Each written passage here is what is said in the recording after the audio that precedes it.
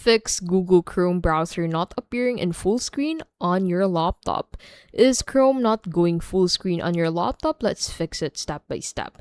So first, go ahead and try the shortcut. On Windows or Linux, press F11. On Mac, press Ctrl plus Command plus F. This toggles full screen mode.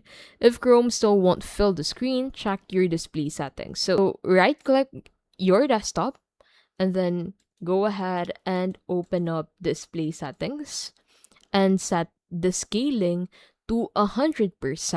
Another thing you can do is to update Chrome. Outdated versions can help cause issues. So to be able to do that, go ahead and reopen Chrome and then click on the three dot at the top right and then select settings from here and then select about Chrome at the bottom left and that will take you here. So Chrome will then start checking if there are any necessary updates and then the update will start.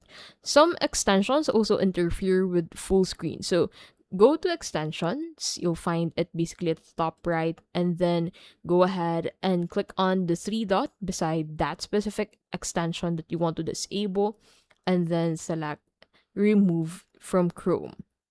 And that is how to fix Google Chrome browser not appearing in full screen on your laptop.